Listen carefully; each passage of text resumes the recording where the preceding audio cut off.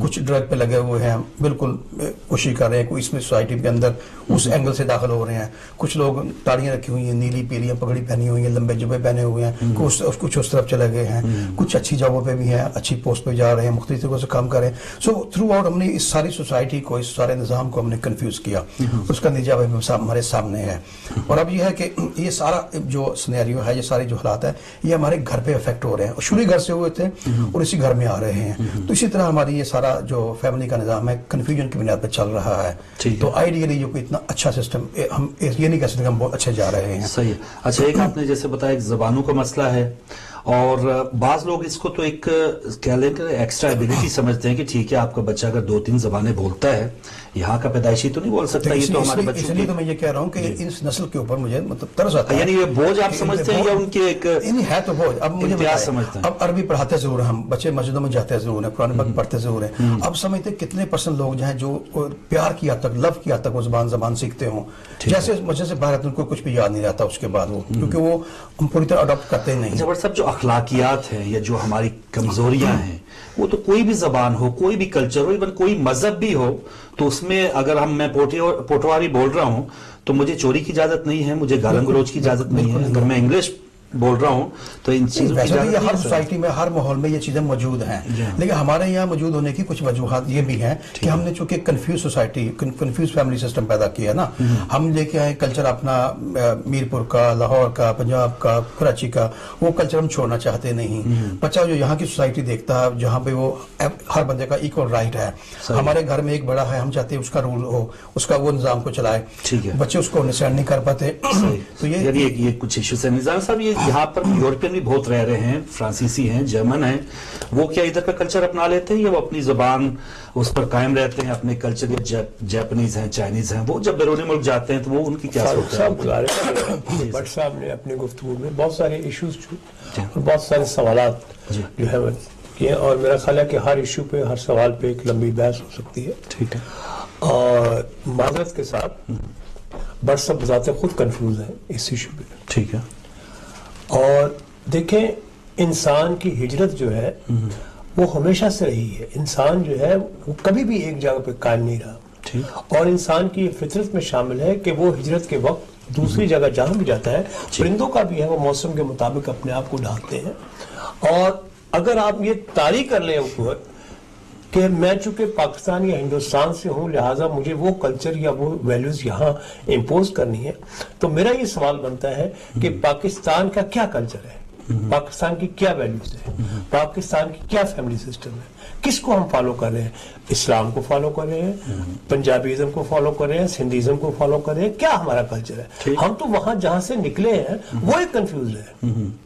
تو یہاں ہم بچوں کو کنفیوز, ہاں بچوں نے یہاں آ کے اپنی ایبیلٹی کے مطابق وہ کیا ہے. یہاں ہمارا سب سے بڑا پیرنٹس کا قصور ہے, یہاں سب سے بڑا یہ جو مساجد ہے ان کا قصور ہے کہ انہوں نے یہاں کے اڈاپٹ نہیں کیا کلچر کو, ان کی جو ویلیوز تھیں اس کو نہیں کیا. ہم نے پیرنٹس نے سب سے پہلے تو جھوٹ بولنا سکھا دیا بچے کو. یار ٹھیک, بالکل صحیح. باپ گھر پہ بیٹھے ہوئے تھے, کہتے ہیں جی گھر پہ نہیں ہے, ٹیلی فون پہ کہتے ہیں گھر پہ نہیں ہے. نہیں ہے بچہ شروع سے, جب یہاں دوسرے کلچر میں نے نہیں دیکھا ایسے ہوں. اور میں یہاں مثال دوں گا, یہودیوں کا کیا مقام ہے, یہودیوں کا کون سا خطہ ہے, ٹھیک, ساری دنیا میں پھیلے ہوئے ہیں. انہوں نے اپنے آپ کو اڈاپٹ کیا, تمام تر لینگویج جانتے ہیں, ایک ایک جو ان کا بچہ ہے غالباً کو 6-7 لینگویج عام جانتا ہے وہ, ٹھیک ہے نا. لیکن وہ اپنی جو لینگویج ہے, جو اس کی اوریجنل لینگویج ہے, اس پہ اس کو فخر بھی ہے, اس پہ بات بھی کرتا ہے. میں پھر بات کروں گا ناروے کی. ناروے میں ایک ہماری پاکستانی لڑکی ہے, بہت اچھا اردو بولتی ہے, بہت اچھی پنجابی بولتی ہے, لیکن ناروے جو اتنا اچھا بولتی ہے کہ اس نے کتابیں لکھی ہیں اس میں. ٹھیک ہے, ٹھیک ہے. تو لہٰذا میں نہیں سمجھتا کہ بٹ صاحب نے جو بات کی ہے کہ ہم نے اپنے اولاد کو کنفیوز کیا, کنفیوز نہیں کیا. ہم چونکہ خود کنفیوز ہیں, میں نے ذمہ داری پہلے لی ہے کہ ہم ذمہ دار ہیں اس بات کے. نہیں, اس لیے کہ ہم جب ہماری جو یہاں ہجرت ہوئی ہے وہ ہم نے کوئی شوق سے نہیں کی, ساری کی ساری ہجرت اکنامک ریزن, اور اس کے پیچھے تمام جو سلسلہ ہے وہ اکنامک سلسلہ ہے. اور سیکنڈلی جو سب سے بڑی جو ہمارے مسئلہ ہے کہ ہم نے اکنامک ٹائز کو اپنے ساتھ رکھا ہوا ہے. یعنی اگر ہم یہاں بیٹھ کے کما رہے ہیں تو ہمیں پچھلا بھی بھیجنا ہے, ٹھیک ہے نا. تو لہٰذا ہم نے سوچا ہی نہیں کہ یہ جو جنریشن ہم نے بچے ہیں ان کا کیا کرنا ہے, ان کا کیا مستقبل ہوگا. ان کو ہم نے چھوڑ دیا ہے اسٹیٹ کے ٹائم کے ساتھ ان کی عمریں بڑھتی گئی اور وہ اسٹیٹ پہ جو برائیاں ہیں. دیکھیے میں گزارش کروں نا, ہم نے صرف اور صرف یہاں آ کے یہ کیا ہے کہ اچھا یہ ویلفیئر اسٹیٹ ہے, اسٹیٹ کا فرض ہے کہ یہ have to provide them this and that, اس کو ہم نے انجوائے کیا ہے. ٹھیک ہے نا, فائدے خوب لیے ہیں, لیکن جو پھر اس کا اپنی ہماری ذمہ داری تھی وہ پوری نہیں کی ہے. بالکل صحیح. انشاءاللہ. اچھا ہاں, ایک اور بات, مجھے یہ چائنیز کمیونٹی ہے جی پوری دنیا میں پھیلی ہوئی ہے. جی ہاں, ٹھیک ہے, پوری دنیا میں. لیکن یہ آپ دیکھیں وہ چائنیز جو ہیں وہ ہماری ریشو سے, ہماری ریشو جیلوں میں زیادہ ہے, چائنیز آپ کو کم نظر آئیں گے. ٹھیک ہے, بالکل صحیح. کیونکہ یہ جیسے آپ بتا رہے ہیں ایسا ایک وسیع ٹاپک ہے, انشاءاللہ اس پر کسی دن جو ہے مفصل بات کریں گے. شاہ صاحب, ماہر عمرانیات اور آپ کا دیگر فیملی سے بھی ضرور ان کا انٹریکشن ہوتا ہوگا آپ سے, کیا دیکھ رہے ہیں سر کہ جو جن چیلنجز پہ بٹ صاحب نے بات کی یا جس طرف نظامی صاحب نے نشاندہی کی ہے, کدھر جا رہے ہیں ہم؟ دیکھیں جی, آپ کا جو سوال ہے وہ اتنا کھلا ہے کہ اس کو بریک ڈاؤن کرنا پڑے گا موضوع کے اعتبار سے. اگر تو ہم فیملی سیٹ اپ سے مراد ہم یہ دیکھنا چاہ رہے ہیں کہ یہاں پہ فیملیز کیسے رہتی ہیں اور کس طرح سے وہ انٹریکٹ کرتے ہیں, اس میں پھر سماجی سوشل ویلیوز جو ہیں وہ کیا ہیں, کیونکہ وہ افیکٹ کرتی ہیں. لیکن ان سب چیزوں میں سب سے بڑی چیز جو ہے, کسی بھی فیملی سیٹ اپ کو ہم اچھا یا برا تو کہہ نہیں سکتے. پہلی بات تو ہے یہ, ہر چیز, ہر فیملی ویلیوز جو ہے وہ فیملیز کی مختلف ہوا کرتی ہیں, اور وہ ساری کی ساری جو فیملی ویلیوز ہیں وہ آپ کے اپنے اس کلچر پہ بیس کرتی ہے جس کو آپ فالو کرتے ہیں. جہاں تک بٹ صاحب نے کنفیوژن کی بات کی ہے کہ بچے کنفیوزڈ ہیں, اس میں جو کلچرل املگمیشن ہے وہ ایک بہت بڑی وجہ ہے. کیونکہ کسی بھی معاشرے میں آپ دیکھ لیں, خاص طور پر ویسٹ میں, انہوں نے کلچر کو مذہب سے الگ کر دیا ہے. لیکن ہم لوگ جو وہاں سے جو مائیگرنٹس ہیں یا جو پاکستان سے, انڈیا سے جو لوگ یہاں پہ آباد ہیں, وہ اپنا کلچر بھی ساتھ لے کے آئے ہیں. اچھا, اب اس میں ایک لفظ میں بڑا استعمال کیا کرتا ہوں کہ وہاں پہ مس فٹ ہے اور یہاں پہ انفٹ ہے, یعنی دونوں اس جگہوں پہ فٹنس جو ہے نا وہ نہیں ہے.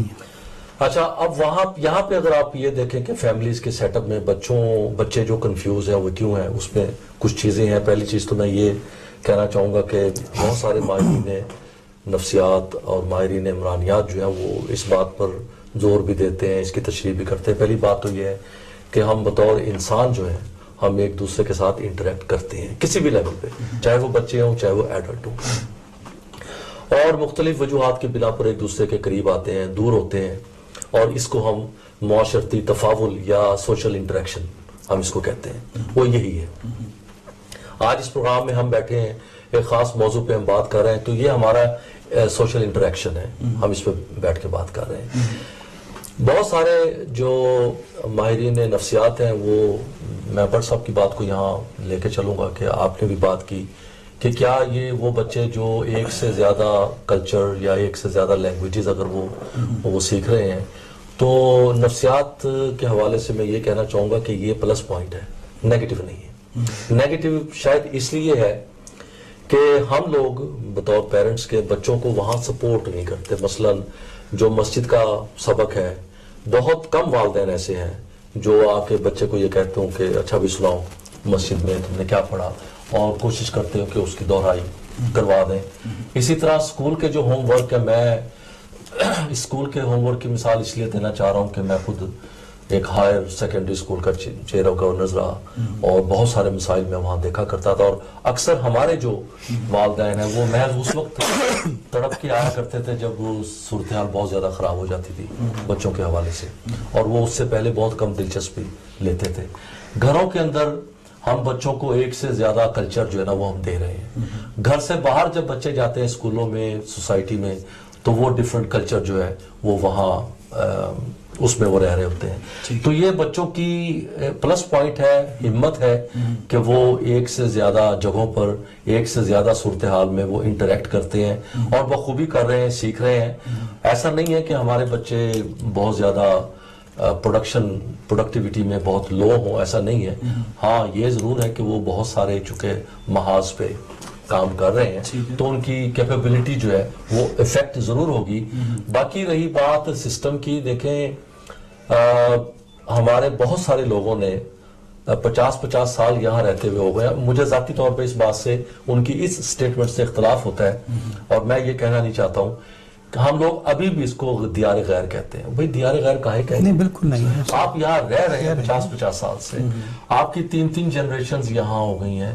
اس دیار غیر نے آپ کو ذریعہ معاش دیا ہے, اس دیار غیر نے آپ کو پروٹیکشن دی ہے. جی ہیں یہاں کے اپنائے قوانین, آپ رہ رہے ہیں جو کہ ہماری باؤنڈریز اخلاقیات میں ہے, مذہب میں ہے. اب ہم یہاں رہ کر پچھلے وطن کی بات کرتے ہیں, اچھی بات ہے کہ ہماری گراس روٹس جو ہے وہ وہاں سے ہیں, لیکن میں یہ سمجھتا ہوں کہ ہمارا فرسٹ پوائنٹ آف لائلٹی جو ہے وہ یہ ملک ہے. ہمیں اس ملک کے ساتھ اپنی وفاداری اس حوالے سے دینی چاہیے جیسے ہم ایک بطور سٹیزن کے ہر کوئی کرتا ہے. چل میں کال لے لوں, پھر میں وفاداری کا جو معیار ہے وہ کیا ہے کہ برائیوں میں اگر اچھی بات ہو جائے تو وہ وفاداری ہے, یا ہم اپنے مذہب کے باؤنڈریز کو اس کو اندر رہ کے اپنے قوانین کا یہاں کا احترام کریں, گبن نہ کریں, کرپشن نہ کریں, منشیات استعمال نہ کریں, وہ وفاداری ہے. پہلے کالر ہمارے ساتھ. السلام علیکم.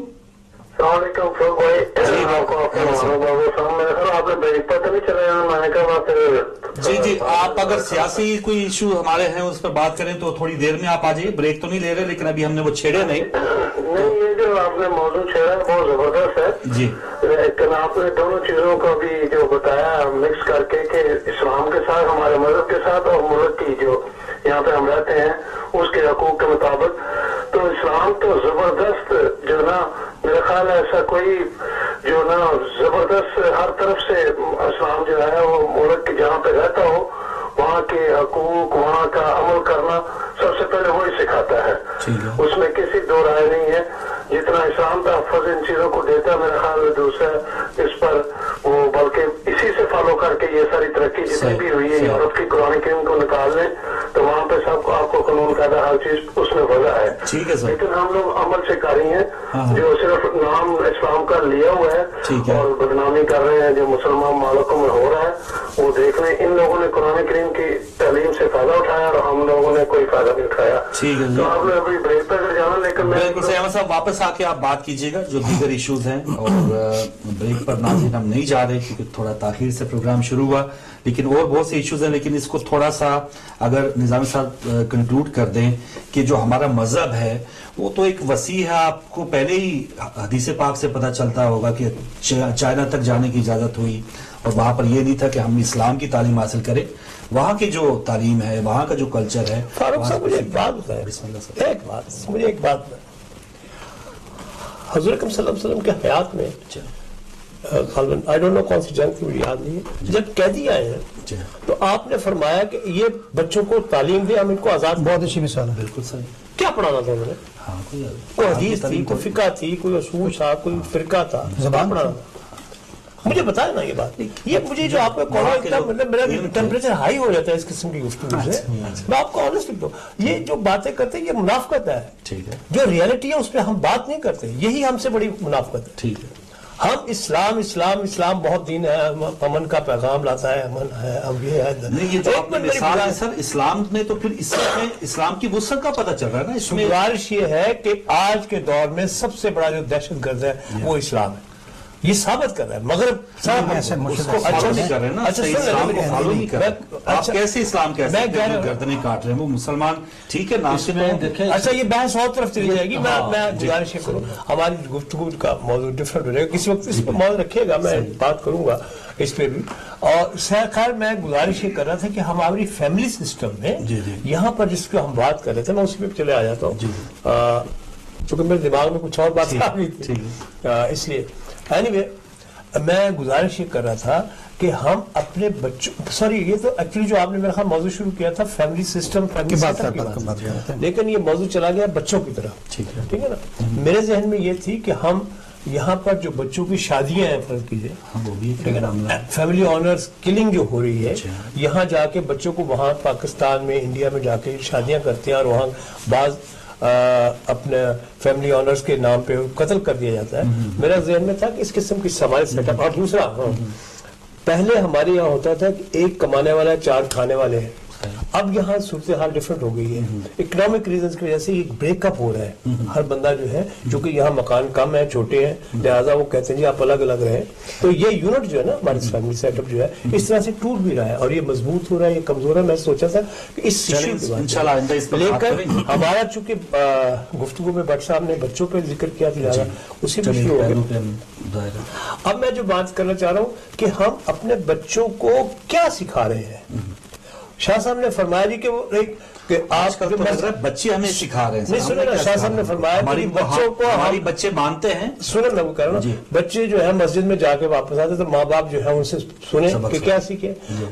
پوچھا جائے کہ جس مولوی نے پڑھایا ہے اس سے ہم نے پوچھا نا اس کو کیا پڑھایا اس کی کیا قابلیت ہے اس کی کیا ویلیو ہے اس کو کیا پتا ہے.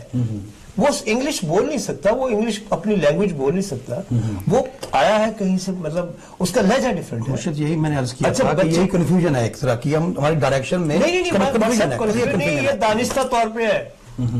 یہاں پر جو ہے اکنامک ریزنز ہے بیسیکلی. یہ منافقت ہے ان مولویوں کی یہ منافقت ہے ان مسجد کمیٹیوں کے لیڈروں کی. ان کو کوئی خطر کوئی احساس نہیں ہے کہ ہماری اندر جنریشن بہت سی جگہوں پہ اب خیر لینگویج کے حوالے سے بہت سے تبدیلیاں آ رہی ہیں. ایک چیز بہت اہم ہے سب سے اہم چیز جو ہے نا وہ یہ ہے کہ ہمارے بچے کی ہر قسم کی تربیت کی ذمہ داری کس کی ہے.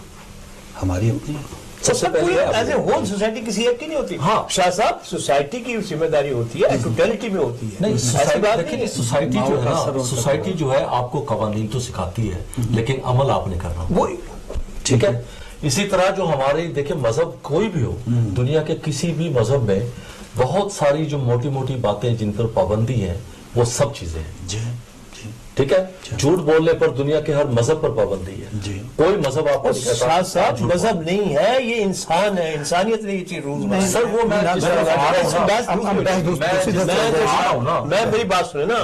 سوری شاہ صاحب سوری میں آپ کی بات کاٹ رہا ہوں. میں جو گزارش کر رہا ہوں کہ ایسے سوسائٹی جو خدا کو نہیں مانتے ٹھیک ہے ایتھیسٹ ہے اور دنیا میں بہت لوگ ہیں ان کے بھی اصول ہیں کوئی نہ کوئی ان کی بھی اصول ہے وہ بھی یہی کہتے ہیں. تو لہٰذا ہم جب یہ کہتے ہیں کہ جی ہر مذہب یہ کہتا ہے اگر تو پھر ایک ڈفرنٹ سٹوری ہو جائے گی. کوئی مذہب یہ نہیں کوئی انسان کبھی ہماری سورس مذہب ہے سوسائٹی جو ہے یہ ہماری سوسائٹی جو ہے نا وہ یہ طے کرتی ہے کہ کون کیا چیز اچھی ہے کیا نہیں اچھی. اس ملک کے اندر بہت ساری چیزیں جو ہے وہ نہیں. جب میں اعتراض کرنا چاہوں گا آپ کی اس بات کے اوپر. میں چاہتا ہوں کہ جب سے انسان پیدا ہوا ہے سوسائٹی کی ترتیب میں مذہب کا بہت بڑا رول رہا ہے. ہمیشہ مذہب نہیں سوسائٹیاں ترتیب دی ہیں. اگر ایتھیسٹ اس کو نہیں مانتے وہ میں ان کو بھی مذہب ہی کہوں گا وہ بھی ایک مذہب ہے خدا کو نہ ماننے والوں کا مذہب. سمپل ان کی اپنی ایک بلیو ہے. تو ابھی تک مذہب کا بہت بڑا ہم خام خواہ موضوع سے ہٹ جائیں گے اور یہ ہمارا اس چینل پہ کم از کم موضوع ہونا بھی نہیں چاہیے. بہرحال یہ ہمارا اسٹرانگلی بلیو ہے اس کے اوپر ہے کہ مذہب نے ہی سوسائٹیاں ترتیب دی ہیں. آج اگر ہم سوسائٹی کو ٹھیک سے نہیں چلا رہے اپنے گھر کو نہیں چلا رہے تو ہمارے چلانے کے سسٹم میں فرق ہے. ہم اس پہ عمل نہیں کر رہے. جو ہماری بلیو ہے اس سے ہم کہیں دور ہیں. جو گائیڈنس ہے اس سے ہم کہیں دور ہیں. ہمیں وہ کریکٹ کرنا ہے. تھوڑا سا آگے چلتے کیونکہ بہت سے ایشوز ہیں اور اس پر انشاءاللہ پورا 2 گھنٹے کا کسی دن رکھیں گے. شاہ صاحب جو آج برطانوی سپریم کورٹ میں فیصلہ آیا بریگزٹ کے حوالے سے کیا دیکھتے ہیں کوئی اس حکومت کو کوئی مسئلہ ہوگا یا یہ اسموتھ سے لیں گے یا آرام سے ایک پروسیس سے گزر جائیں گے؟ اس میں کوئی مسئلہ نہیں. سپورٹنگ ہوگی. سپریم کورٹ نے ہائی کورٹ کا جو فیصلہ اسی کو سسٹین کیا ہے ٹھیک ہے اوریجنلی. ٹھیک ہے اور اس فیصلے کا جو لب لباب ہے وہ یہی ہے کہ جی آپ ووٹ آف کانفیڈنس جو ہے اس معاملے میں پارلیمنٹ سے لیں. ٹھیک ہے.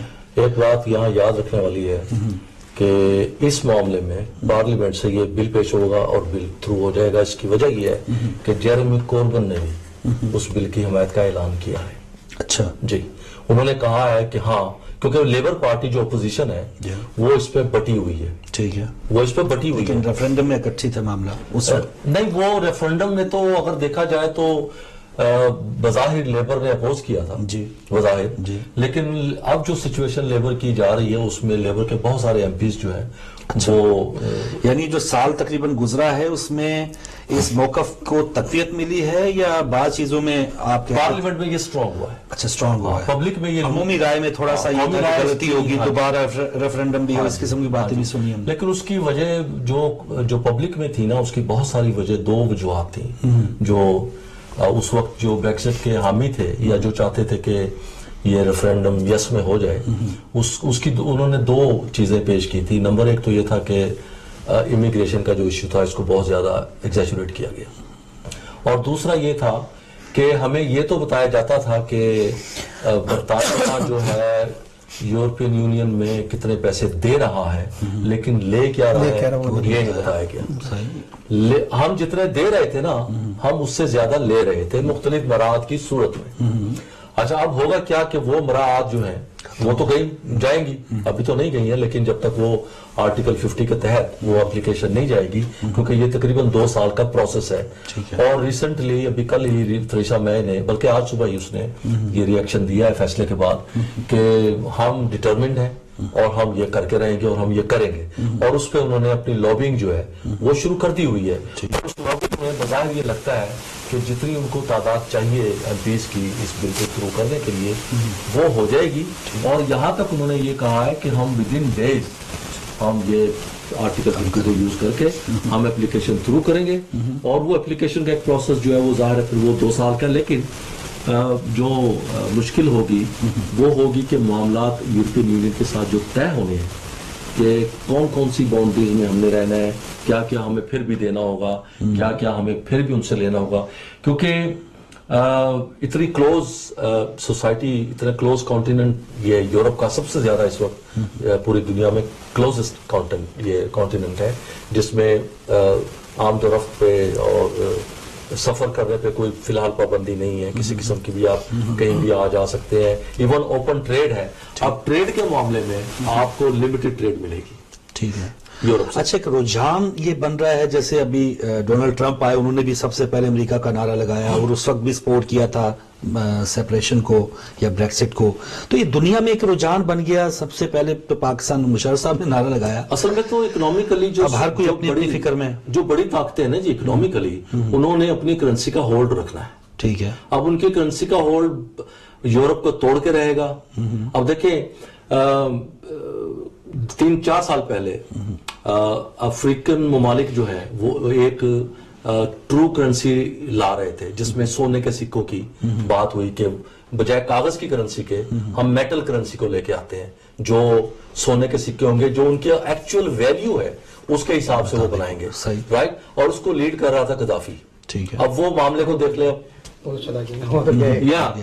یہ اکنامیکل ریزنز ہیں. اور پھر اگر اکنامیکل ریزن اس لیے ہوتی ہے کہ کسی کو آپ بھوکا رکھیں گے تو اس سے آپ اپنی بات منوائیں گے. بالکل صحیح. تو یہ سپر پاورز جو ہے وہ اپنی بات منوانے کے لیے وہی بھوکا رکھنے والی بات ہے کہ اس قسم کے مسائل آپ کو وہ ڈال دیں گے کہ آپ ان مسائل سے ابھر کے اگلی طرف دیکھ ہی نہیں پاتے. آپ انہیں میں الجھے رہیں گے. امیگریشن کیا ہے، 5 پاؤنڈ 6 پاؤنڈ گھنٹے کے حساب سے آپ نے مزدوری کرنی ہے. اس سے آپ دیکھیں نا یہاں جتنی بھی مہنگائی ہو جائے آپ کو احتجاج کہیں نہیں ملتا. لوگ کیا کہتے ہیں، اچھا پیٹرول مہنگا ہو گیا ہے، چلو اب ہم آدھا گھنٹہ اور اضافی کام کر لیں گے، اضافی کام کر کے تو ہم یہ اخراجات پورے کر لیں گے. یعنی احتجاج کوئی بھی نہیں کرتا ہے. ٹھیک ہے. اور اس لیے یہ ساری چیزیں بالکل صحیح سر. چلیں اوورآل تھوڑا سا اس پہ بات ہوئی ناظرین سپریم کورٹ کے حوالے سے اور جو یہاں پر فیصلہ آیا. آتے ہیں جو ہمارے عموماً جو ناظرین کوشش تو ہماری ہوتی ہے یہاں کے جو ایشوز ہیں اس پر بھی آپ شامل ہو. ٹیلی فون نمبرز آپ کے سامنے، جن ایشوز پہ بات ہم نے یہاں کی ہے اس پہ آپ شامل ہو سکتے ہیں. لیکن پروگرام کو ظاہر ہم نے آگے بڑھانا ہے. چلتے پاکستان اور میاں صاحب جو ہیں انہوں نے آج ملتان میں میٹرو بس سروس کا افتتاح کیا اور انہوں نے وہاں پہ جا کر کیا کہا، یہ چھوٹا سا کلپ ہے اور پھر پروگرام میں واپس آتے ہیں. الرحمن الرحیم. جناب رفیق رجوانہ صاحب، جناب شہباز شریف صاحب، جناب اسکندر بوسن صاحب، نوید درائیں صاحب، میئر ملتان، معزز وزرائے کرام جناب جاوید ہاشمی صاحب،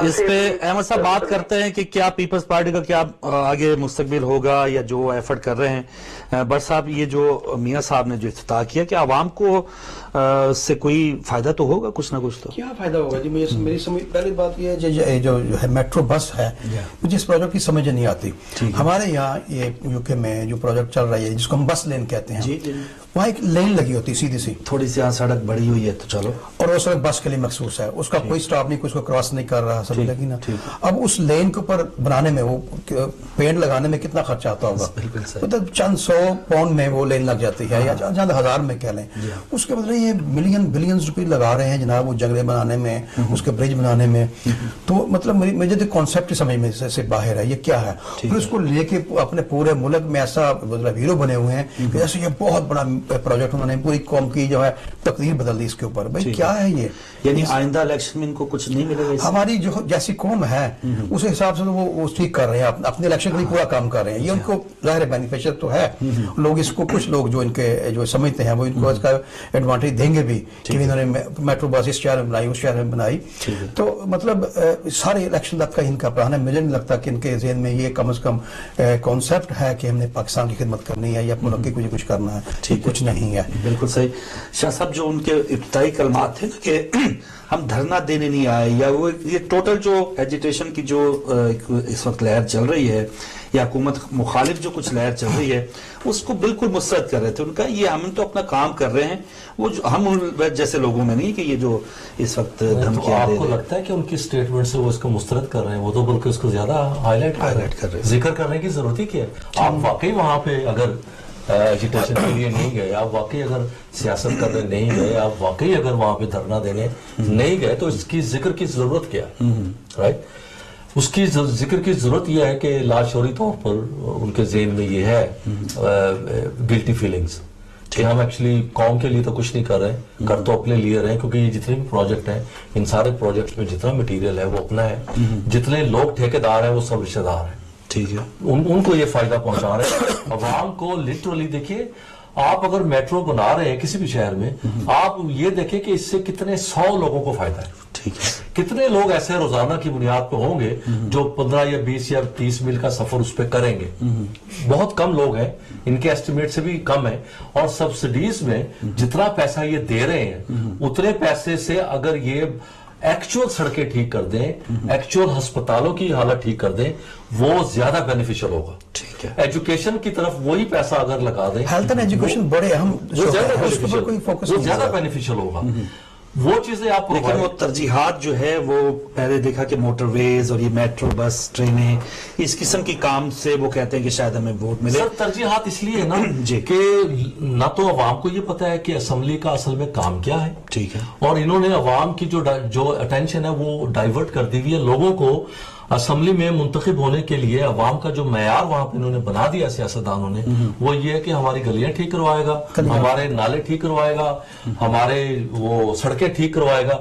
یہ کام لوکل کونسلز کا ہے. یہ لوکل کونسل کا کام ہے. ایم این ایز اور ایم پی ایس کا تو یہ کام ہی نہیں ہے. ان کا کام تو یہ کہ خارجہ پالیسی مرتب کریں اور وہاں پہ اپنے ملک کو لا کے اس جگہ پہ کھڑا کریں جہاں دوسری قوموں کے درمیان وہ ممتاز ہوں, ان کی عزت ہو اور پتہ چلے. اب یہ سی پیک کا اگر دیکھا جائے نا, اس میں ہمارا اپنا کوئی کمال نہیں ہے. یہ چائنا کا اپنا اس میں مفاد تھا تو انہوں نے ان کی جولی میں لا کے وہ ڈال دیے. بالکل صحیح.